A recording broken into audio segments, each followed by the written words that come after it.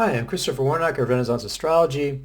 Today in this video I'm going to be talking about devotional practice in general, but I'm going to be also talking about my new daily fixed star practice and then vowed repeated celestial devotion. So essentially I want to talk about the devotional practice, how it's different from maybe other types of approaches to astrological magic. A good sort of introduction, but also giving the underlying sort of philosophy and worldview and just the use of this of devotional practice is my book, The Celestial Way, The Spiritual Path of Stars and Planets. This is available on Amazon, directly from the printer. There's Kindle copies. This gives you a really good introduction to what the devotional practice is. The particularly talking about worldview and then how devotional practice can be useful in your and using the astrology and astrological magic in your spiritual path. So again, check this out. Very useful book. And then I'm going to be talking about some practical sort of applications of the devotional practice in this video today. So as we're going into this, what I want to always emphasize is that really there's a wide variety of different approaches to astrological magic, to relating to the celestial angels or spirits.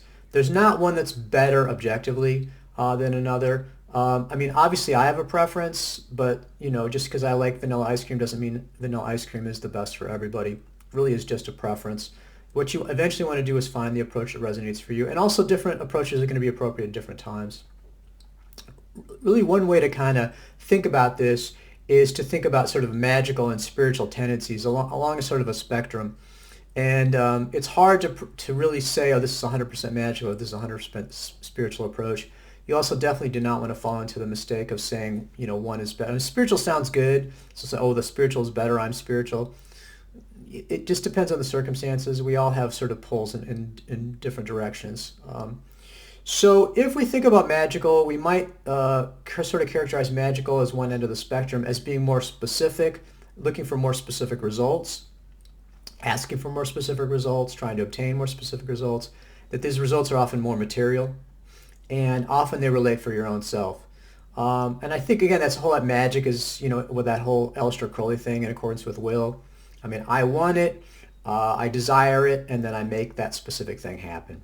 I think that's a sort of classic magical approach. Spiritual devotional, again, you can see this is not so much focused on specific effects, not so much if they're looking for effects, not so much material, more focused on spiritual development.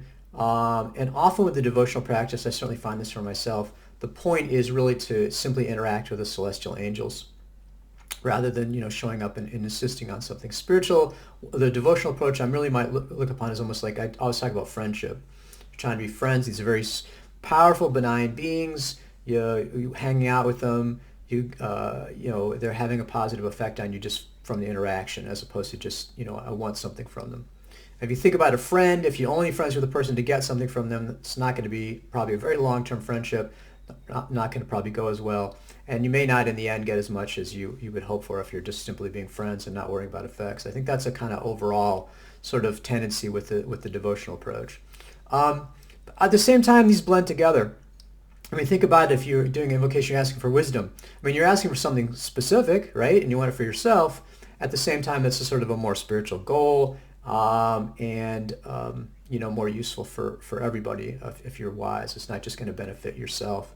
What about asking for protection for a natural disaster? That's a material effect. You're asking for something specific, but again, I don't think anyone would, condemn you saying, oh, please don't. We had a tornado a couple days ago, and I certainly had been doing lots of requests previous to that saying, protect us from storms and tornadoes. I don't think anyone would say that was wrong or selfish or anything like that. And so again, if we think about let's give an example, say, of a magical approach to a situation. So let's say you have a problem with love, and so the magical approach would be to say, well, make X be my boyfriend. That would be the goal. That would be the invocation. What you're asking for, or make Y come back to me. Maybe an intermediate approach would be to send me a loving relationship.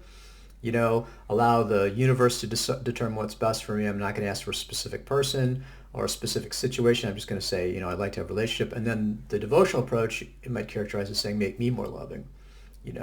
Now, which of these is going to be more effective? I don't know.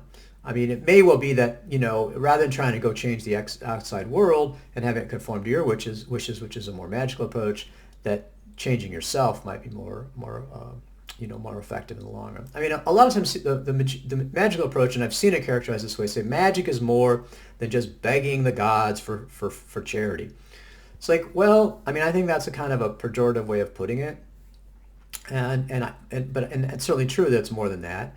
But I'm not sure if spirits that I can order around and force to do what I want are really the most powerful spirits. I mean, maybe if you're nicer to somebody who's super powerful, you might get a better result in the end. Again, really, and a lot of times the best way to get results is not to worry about results. Sort of, pop Zen sort of approach. That's actually can be more effective. Or, I mean, ultimately, if you're just not worried about the results and you're just happy to accept the situation as it comes along, as foreign as that approach sounds to a lot of people, that's actually the secret of happiness. The secret of happiness is being happy with whatever you've got. Now, a lot of people are going to reject that, and how could I be happy with X, Y, and Z? But again, like I said, the spiritual approach does eventually point you to that, and in the long term. But really, what you want to do is to find what aligns with your needs, and your whatever your ethics or morals are, or whatever your approach is. Find the approach, and none of these, I'm not going to condemn any of them out of hand. All of them are appropriate in the appropriate circumstances. The devotional approach, though, like I said, has this underlying idea that we're only interacting with celestial angels, even though there's an infinite number of other different kinds of spirits that are associated with them, daemons, jinn, demons, all sorts of, everywhere from super positive to neutral to very negative, very malefic, associated with all sorts of every celestial factor. We're only going to use an interface in the devotional practice with angels and archangels, with benefic spirits. The approach is very much one of like I said, devotion, of being friendly, not commanding, not making deals, and essentially, if you think about a friendship, hanging out with them, and being friendly, being respectful, and that's the generalized approach. So there's a number of different practices that kind of go along with this, and a wide variety of interacting with the celestial angels. And what I've done is just kind of split them just for sort of, for classification into high intensity and low intensity practices. So again, we don't want to make sure we don't fall into the mistake of thinking that high is 100% good. Sort of like the American approach seems to be to run it, what I call a rhino approach, is to rush at everything at maximum speed, maximum power. Shortest distance between 2 points is a straight line. I mean, sometimes that works and sometimes it doesn't. Again, each approach, the low intensity or high intensity, has its uses, has its advantages and disadvantages. High intensity is basically a situation where you have a multi-factor astrological full chart election. So you're really concentrating as many of the astrological factors that relate to that particular spirit at one time. You could also go ahead and have a really big time ritual. You could have extra ritual prep. I mean, I could imagine even having a temple, having multiple people involved. I mean, you could get into some really intense sort of ritual things. I've often had this idea of, something like a Dead Can Dance. I don't know if you like that, but anyhow, that's a group, and they could have like a astrologically timed concert with all sorts of flags and participants and all sorts of stuff going on. It could be very intense astrological ceremony. The thing is, though, that while it's very powerful, because it takes multi-factors, it can only be done rarely, and it's going to be unpredictable when those factors are going to align. Low intensity, what you're dealing with typically is a single or possibly a double factor elections. These you can do very frequently. So and we think about the high intensity, yeah, they're very powerful, which is a plus, but it's also a negative if you have problems with compatibility. If you're talking about Jupiter and you're doing a very powerful Jupiter election, or you have a Jupiter talisman and your Jupiter is afflicted in your natal chart, say it's in detriment or it's peregrine and retrograde, then you have to have a question mark as far as what the compatibility is. I mean, it's also possible that it could be fine. I mean, the lack of the astrological compatibility doesn't mean that that's something you can never make a talisman or have a high intensity interaction with. But it does put a question mark on it, and you're going to need to do some more investigation, perhaps some divination or something like that to figure out whether this is a good idea. Low intensity, you don't have to worry about that. No matter what the state of the planet is in your chart, you can do a low intensity interaction with it. So that's a definite plus for low intensity. And again, like I said, the low intensity can be done regularly. You could do it daily if you wanted to. And I'll mention some practices that are done on a daily basis. And if you think about it, I mean, the purpose of the celestial devotion is to have a strong relationship. It's like a friendship with the celestial angels. If you think about a friend that you only see once a year, but you always do some really intense adventure travel, like you're with them 24 hours a day, the entire weekend, you're doing some really incredible stuff. I don't know, paragliding or something. Doing climbing Mount Everest, something like that. As opposed to a friend that you don't do anything really intense with them, you just sort of hang out, but you see him like, a couple times a week. Who do you think you have the stronger friendship with? It might be the adventure travel thing, but it really might be the person that you're seeing so frequently. You're having the frequent interactions, even though they're at a much lower level of intensity. So I wouldn't want to look at this and say that one is better than the other. Essentially what we have is a full toolkit. You can find the practice that's best suited to you and your situation, the best devotional practice. I think a lot of there's a desire for power with a high intensity. I think there's a concern that somehow you're going to mess it up, that something's going to be wrong, that if you don't do a 50-factor election, that it's going to be bad. And there's a lot of fear that comes along with it. And fear is really not how you want to be approaching a devotional practice. So that's something to think about also in terms of the sort of automatic desire for the high intensity, that it's the best, not necessarily.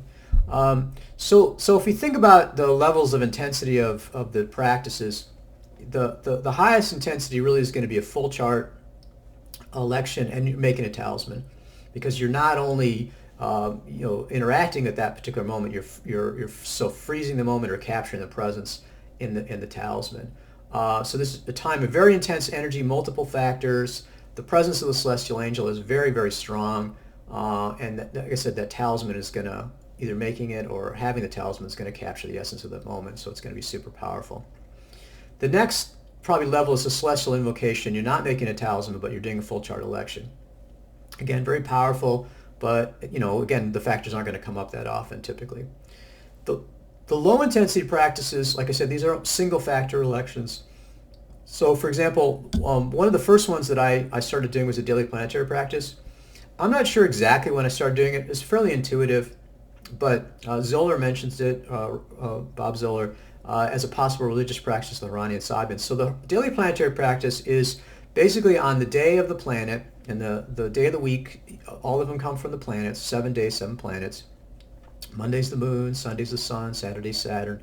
Then you do a short invocation of that planet. You can also do planetary hour. It's a little harder to do planetary hour because it's going to be shifting around a lot.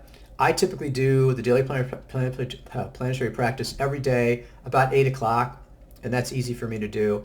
So it's just the day of the planet. So it's very low intensity, but it's a practice that I've been doing now for almost 20 years. I'm trying to do it every day. I mean, there's certain interruptions when I'm not at home, but almost every day I've done that. You can see a link to that. I have a whole page on my website about the daily planetary practice, also providing invocations, full instructions. So check out that link. But that's a practice that a lot of people that are attracted to the devotional astrological practice, the celestial practice, have gotten into. It's also, as I said, mentioned in my book, The Celestial Way. And that helps you build up a really strong relationship through the repetition with the planetary spirits, the planetary angels. The next practice is what I call planetary charity. This originated from Vedic astrology, which is a pretty standard practice in the whole Vedic religious worldview. And I've got an email from 2006. That's as far as my Gmail account goes back. That describes the full-blown practice the way I do it now. So at least as far as back about 2006, I was doing it. And I'm really the person who started doing this as far as I know, in the medieval Renaissance style. Though, as I said, it didn't originate. I didn't make it up. I just sort of adapted it to the practice. What the planetary charity is that if you, and this is particularly useful if you have a planet afflicted in your natal chart, you can help to get a better relationship with them. But you can use it for any planet. Planetary charity, basically what you do is you invoke the planet on their day and hour, and you make a vow to make a donation to a person or a thing or organization that's ruled by that particular planet, and you make a vow to do it a set number of times.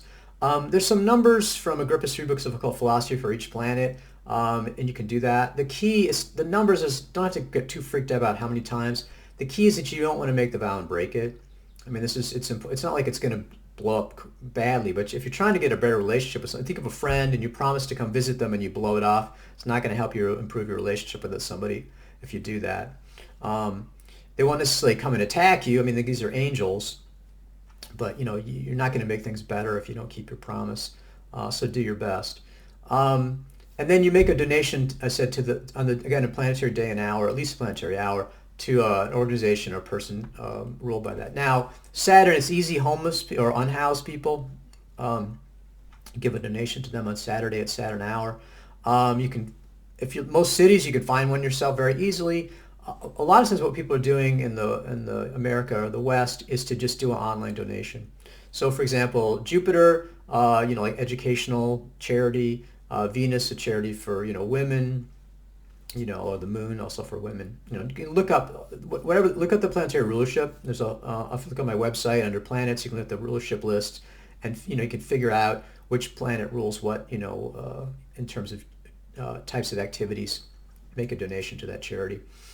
You can also use a number. I mean, Agrippa has certain numbers, and you can do that as well. But again, the essence of it is to make that vow, make the donation a repeated number of times, and then keep your vow.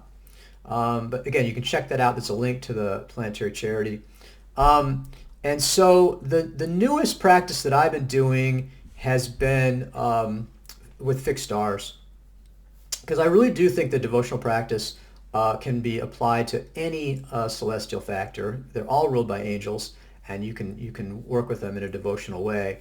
Now, with a fixed star, you could do a multi-factor election because they're simpler for fixed stars.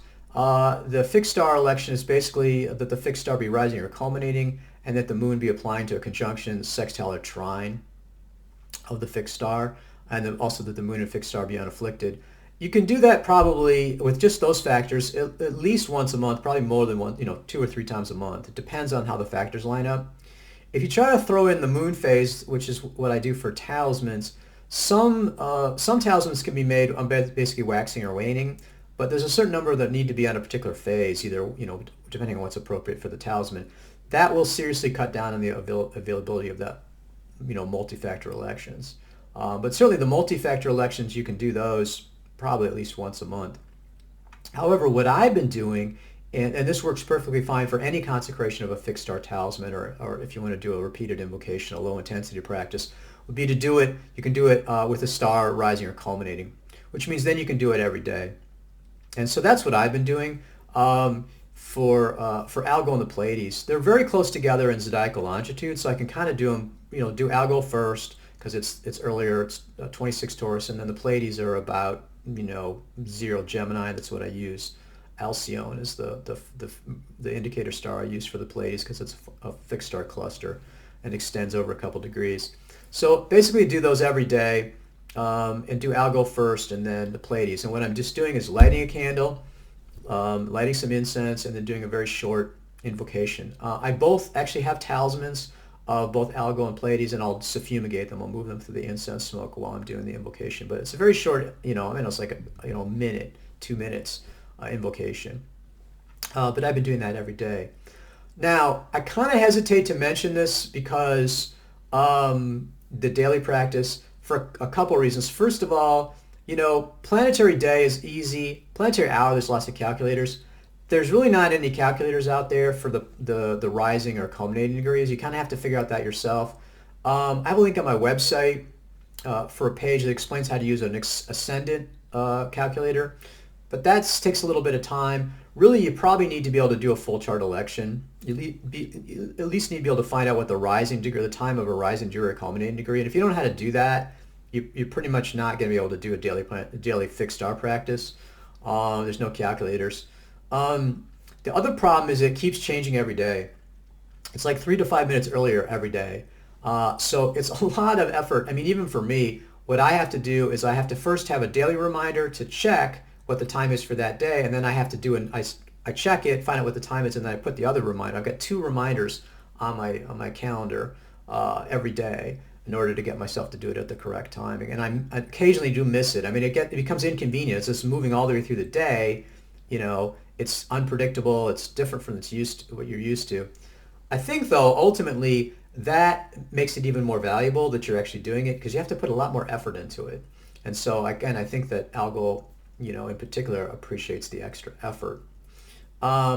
So the other thing I would say about this is that I get nervous about the daily practice for this with all this effort because I think people get into very much all or nothing thinking, and they'll be like, well, if I don't do it every day, then I'm just, going to freak out, or, they get into this OCD thing too, about it. They get afraid, you get nervous, I messed it up, I missed it, blah, blah, blah, blah, blah, it's too much effort. Like I said, I think for a lot of people, it's just too much effort.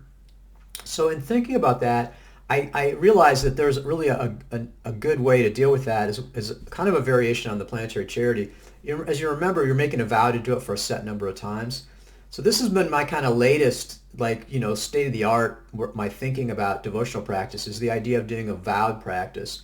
So what you would do, and this could work for anything, is essentially what you do is, and it could potentially be high intensity, probably not though, because if you're going to do it repeated times within a short period of time, you're probably going to need to have a low intensity practice. In other words, not a multi-factor election. But again, you could do planetary, you could do, 7, the planetary hours in a row, like 7 days in a row or something. With the planetary hour, you could do 7 weeks. Basically, all you need to do is to pick a set number of it, vow to do that practice that set number of times, and then go ahead and fulfill your vow. Key there is don't promise to do something and then don't do it. Not because bad stuff's going to happen to you, but because the positive of it's not going to come about. So, as far as numbers, there's really not, again, the planets, you could see there's some numbers for from Agrippa on the Daily Planetary Practice thing, but, how many times do I have to do, Capella? It's like there's not a set number for it. 3 times, 7 times, 9 times. It's really up to you to choose what you want. And I think that this is a good compromise. Like I said, if you want to do Algol and you want to do, like I said, 7 repetitions of Algol, that would be great. Another thing you could do is if you're going ahead and doing a daily fixed star practice, you could say, I need to take a break. You could just say, thank you. I really appreciate everything you've done. I'm taking a break for now. And thank you so much. That would be fine as well. Again, you don't want to do a devotional practice out of a sense of fear. You don't want to be doing a devotional practice and then being upset at yourself because you messed up. The point of the devotional practice is to show your friendship, show your devotion to the planets. You want to ideally be inspired by the practice, not doing it because you feel like you have to, but because you enjoy doing it as much as possible. Now, frankly, it does take a certain amount of discipline for me to do even the daily planetary practice, but particularly the daily fixed star practice with it changing around so often. Nevertheless, while I'm doing it, I'm not sitting there like hating doing it. It's not like I got dragged to church and I'm hating the time I'm being there. Then that would really be pointless. And part of the way I make this more tolerable for myself is to have a really, really short invocation. I'm not trying to do some monster killer thing. Like I said, you're talking about spending like a minute or 2 minutes doing the invocation. But the timing, the incense, the candle, I'm using a talisman, that all, adds to the strength of it, even though it's, been condensed to the point where I'm not freaking out. Like I said, ultimately with a devotional practice, you want to be inspired if possible, and certainly you don't want to be hating it. And so I think that's, it does a nice job of summing up a lot of my thoughts about the devotional practice. This is, I think, completely natural. I look at a lot of, for example, I've got a new icon of the Our Lady of Walsingham, which is both Anglican and Catholic. And, doing reading about that, it really does that very traditional, Western practice, the devotion to saints or angels, the practices that, doing a novena, things like that, that really does resonate with me, you know, both on a cultural level, but also in sort of a spiritual resonance in terms of like, yeah, this is the kind of practice that I want to be engaged in. This is the kind of stuff I want to be doing. Um, and you can kind of see the logic of how I've adapted and syncretized these various elements together. I hope you find that interesting. You can see the kind of underlying logic of what I'm doing. If it resonates with you, you can do it. You can also see how you can make sort of variations on your own. It's always amazing to me when people send me pictures of their altars. They all have a similarity to them in terms of their structure, but it's amazing the amount of creativity that people put into it and how beautiful they are. And I think that's, super inspiring. And ultimately, that's really what makes me happy, is that if I can share this and I'll give a structure to people that they can then kind of use their own creativity and find their own inspiration. I think that's really the greatest thing about it. And again, ultimately, there's there's not really a wrong answer to this. I mean, there's stuff that's really not in tune with the kind of overall essence of it. But nevertheless, find the approach that resonates for you, and I hope you'll find it as inspiring and spiritually uplifting as I find my own devotional practice.